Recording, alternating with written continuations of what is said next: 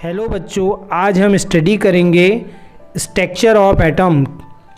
जो एटम है, एटम शब्द ग्रीक शब्द से उत्पन्न हुआ है जिसका अर्थ होता है न काटा जाने वाला या अविभाज्य, यानी कि अनकटेबल और नॉन डिवाइजेबल।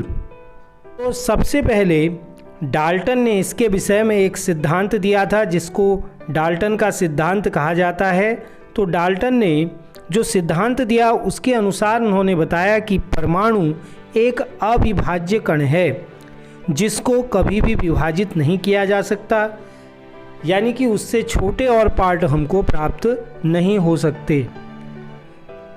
लेकिन यह धारणा बहुत अधिक समय तक नहीं चली और उसके बाद इसके ऊपर विभिन्न प्रकार की खोजें होने लगी।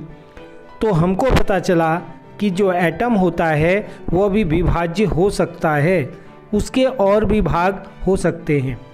तो आपने सुना होगा कि जो एटम होता है उसके जो हम प्रमुख भाग जो पढ़ते हैं, प्रोटॉन, न्यूट्रॉन्स, इलेक्ट्रॉन्स, तो ये जो भी पार्ट हैं ये डाल्टन के परमाणु सिद्धांत के बाद ये थ्योरीज आई और बाद में ये पता चला कि जो एटम है वह अविभाज्य नहीं है बल्कि उसके और भी भाग किए जा सकते हैं। हाँ, तो बच्चों उसमें फिर आया इलेक्ट्रॉन की खोज, यानी कि इलेक्ट्रॉन की खोज से रिलेटेड अलग अलग साइंटिस्ट ने इसमें काम किया। तो उसके बाद हमको इलेक्ट्रॉन के बारे में बहुत कुछ जानकारी प्राप्त हुई। तो सबसे पहले इसमें फैराडे का एक प्रयोग है। इलेक्ट्रॉन की खोज के संदर्भ में माइकल फैराडे ने विद्युत विसर्जन जो इसका प्रयोग है उसके द्वारा इसके बारे में जानकारी प्राप्त की और इसके विभिन्न प्रकार के गुणधर्मों का अध्ययन किया और इसकी जानकारी प्राप्त की। फिर अन्य वैज्ञानिक जैसे मुलिकन आदि ने, जे थॉमसन आदि ने इसके आवेश तथा इसके द्रव्यमान के बारे में भी जानकारी प्राप्त की। तो हम धीरे धीरे इसके विषय में स्टडी करेंगे। सबसे पहले फैराडे का प्रयोग, जैसा कि आपको ये चित्र में दिख रहा है, यह एक विसर्जन नलिका है। ये क्या है? एक शीशे की बनी हुई विसर्जन नलिका है। इसमें दोनों ओर 2 इलेक्ट्रोड लगाए गए हैं। इसके चित्र के द्वारा पहले हम इसको समझने का प्रयास करते हैं कि फैराडे ने इसमें जो प्रयोग किया वो क्या था और वो किस तरह का प्रयोग था। हालांकि इसमें भी अलग अलग लोगों का अलग अलग कहना है कि ये, क्योंकि बहुत सारे वैज्ञानिकों ने इस समय जो है इसके ऊपर वर्क किया था। तो आपकी एनसीईआरटी की बुक के अकॉर्डिंग फैराडे के प्रयोग को हम आपको दिखा रहे हैं। तो एक उन्होंने ये शीशे की ट्यूब ली और इसमें 2 इलेक्ट्रोड लगाए प्लस, और इस तरह से इसको जो है एक बैटरी से जोड़ दिया जिसकी धारा बहुत अधिक है, यानी कि बहुत अधिक धारा जिससे मिल सके ऐसी बैटरी से इसको जोड़ दिया। इसमें इलेक्ट्रोड 2 और लगाए गए, दोनों इलेक्ट्रोडों से इसको जोड़ा गया और साथ में यहाँ पर आप जो देख रहे हैं ये इसमें से वैक्यूम स्थापित करने के लिए, ताकि इसमें किसी भी प्रकार की कोई वायु न रहे, तो उसको निकालने के लिए यहाँ से इसमें एक निर्वात उत्पन्न करने के लिए एक यहाँ पर उपकरण दिया गया जिसको निर्वात पंप कहते हैं, और इसके द्वारा इसके अंदर की सारी वायु को निकाल दिया गया। ये इसलिए निकाला गया क्योंकि वायु की उपस्थिति में सामान्य तापदाब पर जो होती है वो बिजली का करंट नहीं बह पाता, यानी कि इलेक्ट्रॉनों का गमन नहीं हो पाता है, जिसे हम आज की भाषा में कहते हैं। तो इसलिए इसमें निर्वात उत्पन्न किया गया और निर्वात उत्पन्न करके ही इसमें प्रयोग किया गया। जब इसमें धारा प्रवाहित की गई तो उन्होंने देखा कि जो कैथोड है यहाँ से इलेक्ट्रॉन एनोड की ओर गति करते हुए दिखाई दिए। कैथोड से एनोड की ओर गति करते हुए इलेक्ट्रॉन दिखाई दिए, यानी कि जो कैथोड वाला इलेक्ट्रोड है, कैथोड के इलेक्ट्रोडों से इलेक्ट्रॉन, यानी कि उस समय इनको इलेक्ट्रॉन नहीं कहा जाता था, ये जो भी एक इस तरह के जो इसमें पार्टिकल्स थे वो एनोड की ओर गति करते हुए दिख रहे थे। अब बच्चों इसका पता कैसे चलता है कि क्योंकि ये किरणें इतनी बड़ी तो होती नहीं हैं कि इनको हम नग्न आँखों से देख सकें, तो इसके लिए यहाँ पर एक स्फुरदीप्त प्लेट लगाई गई। स्फुरदीप्त प्लेट का अर्थ होता है जिसमें चमक, जब ये जो रेज़ यहाँ से निकलती हैं, जब वो स्फुरदीप्त प्लेट से टकराती हैं तो उनमें चमक उत्पन्न होती है। तो वो स्फुरदीप्त प्लेट यहाँ पर लगाई गई। इसके आधार पर ये पता चलता है कि यहाँ से जो किरणें निकली थी कैथोड से, वह एनोड की ओर गतिमान है, क्योंकि वो यहाँ पर क्या कर रही हैं, लाइटिंग उत्पन्न कर रही हैं। ठीक है, तो ये तो इन्होंने सामान्य प्रयोग किया था और इसके आधार पर जो निष्कर्ष निकाले गए, ये प्रयोग आपको समझ में आया होगा। एक बार और मैं आपको समझा देता हूँ। ये एक शीशे की नलिका है, इसमें निर्वात उत्पन्न किया जाता है, यानी कि इसके अंदर जितनी भी जो भी इसके अंदर अन्य गैसें हैं उनको बाहर कर दिया जाता है, निर्वातित कर दिया जाता है इसको, और इसको एक हैवी बैटरी से जोड़ दिया जाता है। और बैटरी से जोड़ के जब इसमें धारा प्रवाहित की जाती है तो नेगेटिव चार्ज वाला जो कैथोड है, यहाँ से कुछ रेज जो है वो एनोड की ओर गति करती हैं और एनोड की ओर लगे हुए स्फुरदीप्त प्लेट पर वे चमक उत्पन्न करती हैं। तो कैथोड किरण इनको कहा जाता है। ऐसी किरणों को जो कैथोड से उत्पन्न होती हैं इनको कैथोड किरण कहा जाता है। तो कैथोड किरणों के बारे में सर्वप्रथम सर विलियम क्रुक्स ने जानकारी दी थी 1870 में। ठीक है, तो कैथोड किरणों की खोज 1870 में सर विलियम क्रुक्स द्वारा की गई थी। तो फैराडे ने जब ये प्रयोग किया उसके बाद उन्होंने कुछ निष्कर्ष निकाले। इन निष्कर्ष को हम देखेंगे कि क्या निष्कर्ष हैं। पहला, जो कैथोड किरणें हैं ये कहाँ से निकल रही, जो कैथोड से एनोड की ओर गति करती हैं। हम यहाँ पर चित्र में देख रहे हैं कि ये किरणें कैथोड से निकल रही हैं और एनोड की ओर गति कर रही हैं। दूसरा, ये किरणें स्वयं नहीं दिखाई देती, जैसे कि मैंने आपको बताया कि दिखाई नहीं देती हैं, स्वयं दिखाई नहीं देती, लेकिन प्रतिदीप्त पदार्थों में चमक उत्पन्न करती हैं। यहाँ पर हमारी जो स्फुरदीप्त प्लेट लगी है उसमें ये चमक उत्पन्न करती हैं, बट ये यहाँ से जाती हुई नहीं दिख रही हैं हमको।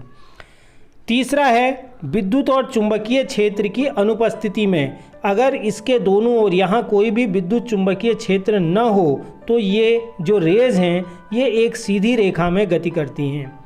यदि हम, अगला पॉइंट है, यदि इसमें हम विद्युत चुंबकीय क्षेत्र लगा दें ऊपर और नीचे की ओर तो हम देखेंगे कि ये जो किरणें हैं ये धनावेश की ओर मुड़ जाती हैं।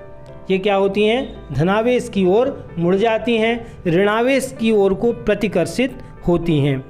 यही जो ऋणावेशित किरणें हैं जो हमें दिख रही हैं, वर्तमान समय में हम इन्हीं को इलेक्ट्रॉन कहते हैं। ये जो किरणें हैं इनको प्रेजेंट आज के समय में हम इनको इलेक्ट्रॉन कहते हैं। तो इलेक्ट्रॉन के खोजकर्ता के रूप में जे थॉमसन का नाम लिया जाता है, वही माने जाते हैं इलेक्ट्रॉन के खोजकर्ता। तो बच्चों ये प्रयोग है, ये मैं आपको स्क्रीन में स्फुरदीप्त प्लेट युक्त जो ये उपकरण है उसको मैं दिखा रहा हूँ आपको, मैंने समझा दिया।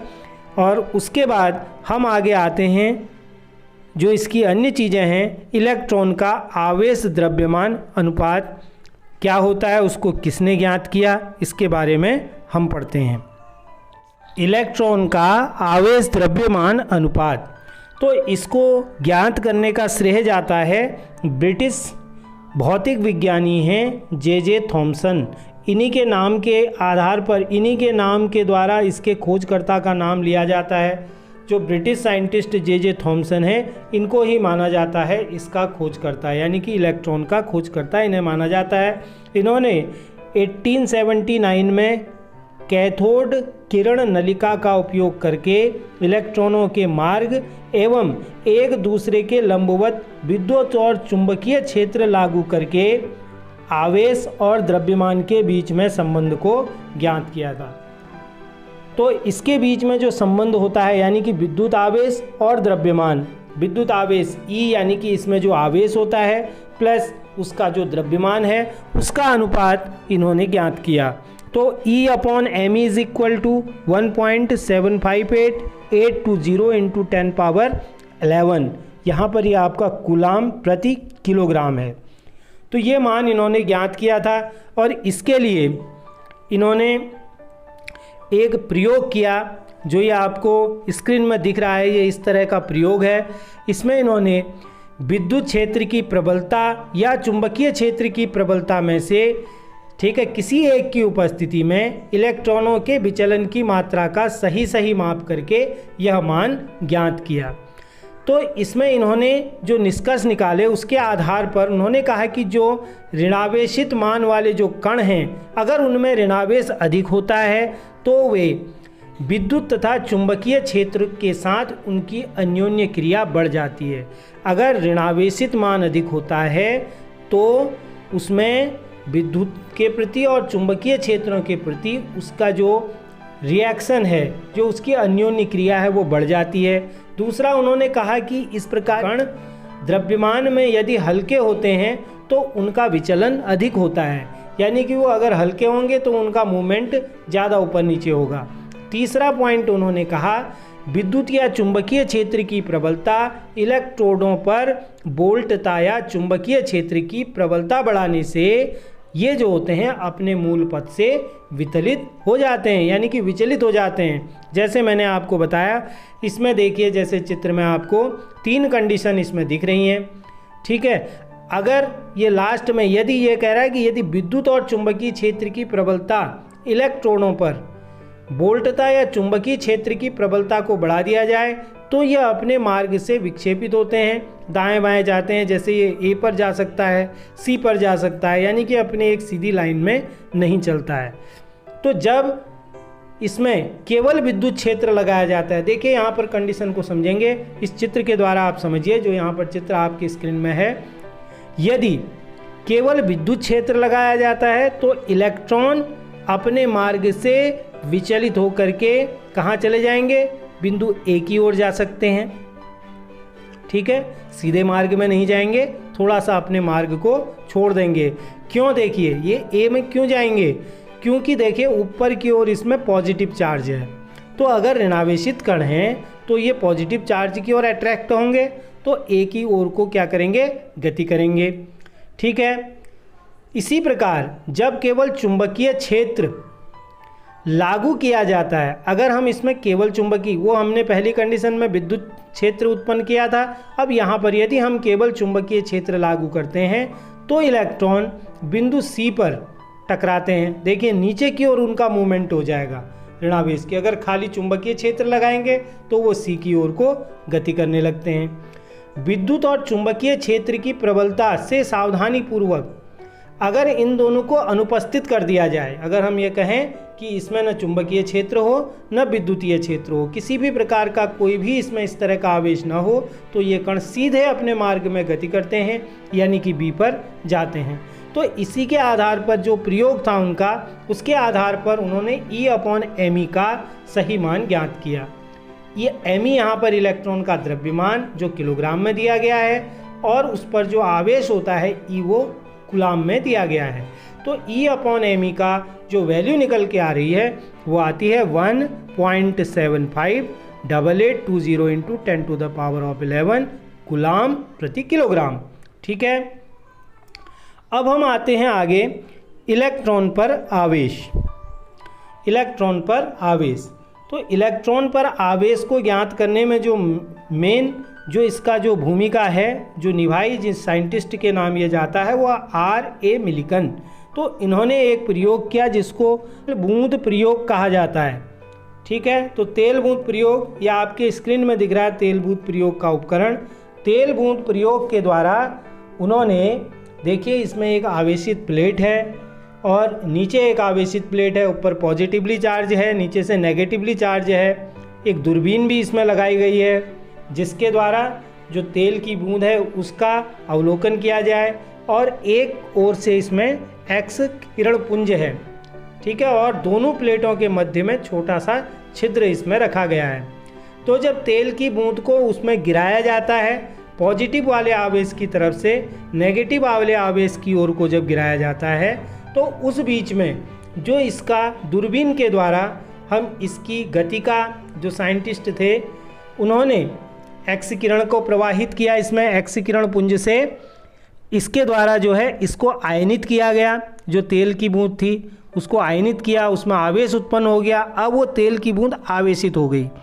तो आवेशित होने पर जब ऊपर से वो नीचे की ओर आती है तो दूरबीन की सहायता से व अन्य उपकरणों की सहायता से इसके जो है आवेश का मापन किया गया। ठीक है, तो यहाँ पर मिलिकन ने निष्कर्ष निकाला कि बूंदों पर विद्युत आवेश Q का परिमाण हमेशा विद्युत आवेश का गुणांक होता है, यानी कि Q = Ne। ठीक है, तो इसके आधार पर इन्होंने जो निष्कर्ष निकाला और उसके जो मान हमको प्राप्त हुए वो हुए, देखिए इलेक्ट्रॉन पर आवेश कैसा होता है, नेगेटिव होता है, आप सब लोग जानते हैं, नेगेटिव चार्ज होता है और 1.6 × 10⁻⁻19 इसकी वैल्यू आती है। लेकिन वर्तमान में इस मान को हम 1.6022 × 10⁻⁻19 कूलाम मानते हैं। नेक्स्ट आता है इसका द्रव्यमान ज्ञात करना।